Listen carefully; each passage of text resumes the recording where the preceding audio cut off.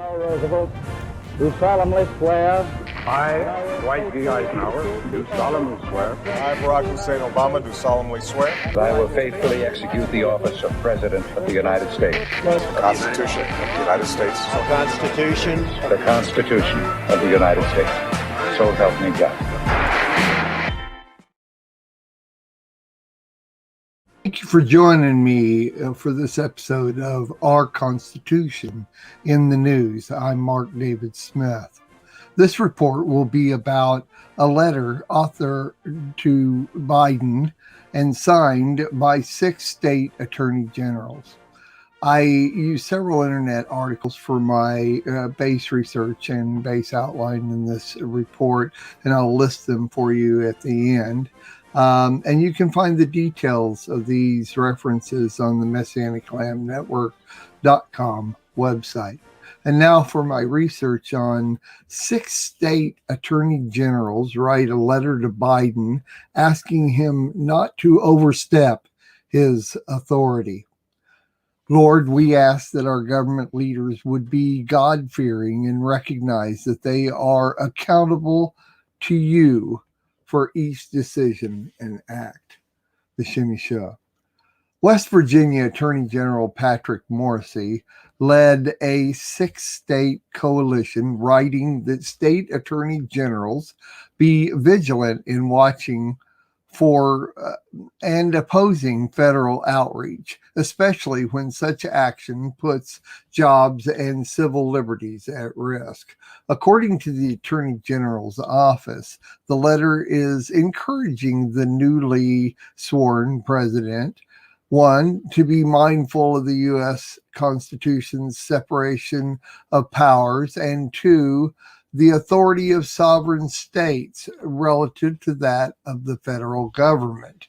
Mississippi's Lynn Flinch said that, and I quote, any potentially unconstitutional executive actions or federal overreach will not go unchallenged, end quote. The letter opens by saying, and I quote, Dear President Biden, 1 week ago, you assumed the presidency of the United States of America and took the oath of office. You swore to preserve, to protect, and to defend the Constitution of the United States of America. Today, we write to you in our capacity as state attorney generals regarding areas of vital importance to our states as you execute your job in the months and days ahead, end quote. Attorney General Rutledge said, and I quote, as chief legal officers of our states, we must ensure states' rights are protected, and we are prepared to do so.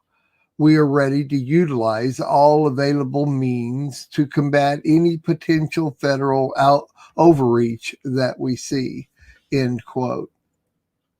The coalition's letter, led by West Virginia Attorney General Patrick Morrisey, urges the new administration to respect individual constitutional rights, limited federal power, limited presidential power, and the need for keeping the administrative state in check.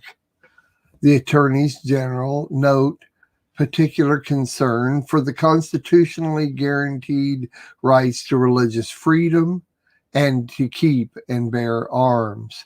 With regard to limited federal power, they contend that the Constitution delegates a very limited sphere of influence to the federal government and leaves the remainder for states and their citizens to address. While recognizing the executive branch has much power, the coalition writes that the Constitution limits a president's authority to bypass Congress. It also notes various federal laws require the president to constrain his executive agencies. The letter explained that should the new administration govern in a manner inconsistent with those tenets, the attorneys contend it will be their responsibility and duty to challenge the administration's actions in court.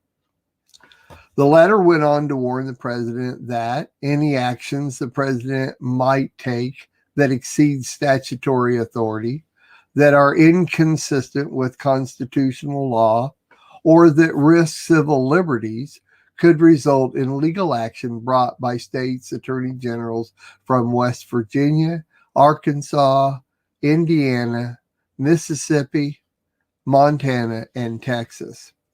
Litigation is never a first option, the attorneys general said in the letter, and they offered to help the new administration implement policies that are, and I quote, consistent with the Constitution and the rule of law, end quote. The letter adds, and I quote, if cabinet officials, executive officers, and agencies go beyond the bounds of their statutory authority, fail to follow legally required procedures, or fall short of the bedrock Administrative Procedure Act, it will likewise be our responsibility to take action, end quote. Now, I might add that the Administrative Procedure Act, which governs the agency rulemaking process, has been frequently invoked to challenge executive branch rules and regulations. Many of the roughly 30 executive orders Biden signed since his inauguration overturned Trump-era policies. Others established new ones. The attorneys went on to argue, and I quote, the president cannot cut constitutional corners or shirk statutory strictures without inevitably doing more harm to our country than good, end quote. The attorneys urged the new administration to pursue policy priorities that, and I quote, honor the core constitutional tenets, which should be appreciated and respected by every person entrusted with the honor and burdens of the presidency, end quote. Let me reiterate, in the letter, they raised 3 areas of concern for potential federal overreach. These would include issues concerning freedom of religion, religious expressionism, and the right to bear arms. Within a day of issuing an order, the state of Texas was the first to sue the administration, halting deportation and changing immigration policy. A federal judge sided with Texas, preventing the order from going into effect. The attorneys made it clear they accept the responsibility to challenge any of the president's unconstitutional laws in court. Now, why did they need to write this letter?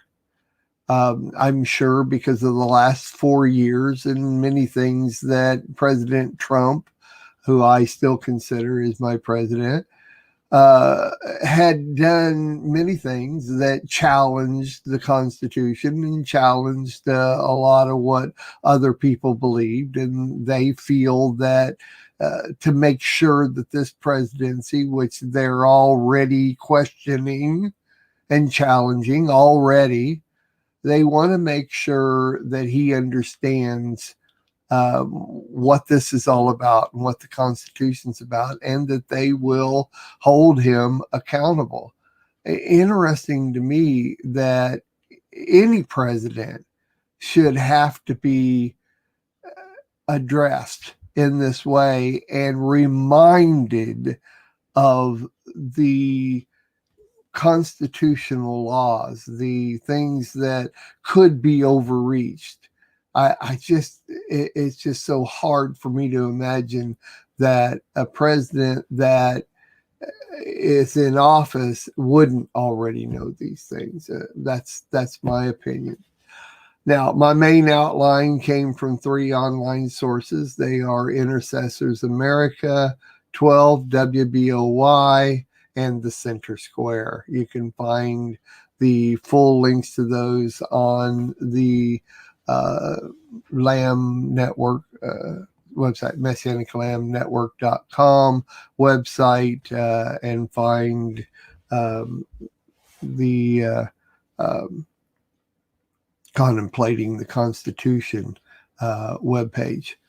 Thank you for joining, and please use the Messianic Lamb Network website for all your Messianic media needs. There are over 1,400 Messianic videos on the Lamb Network website.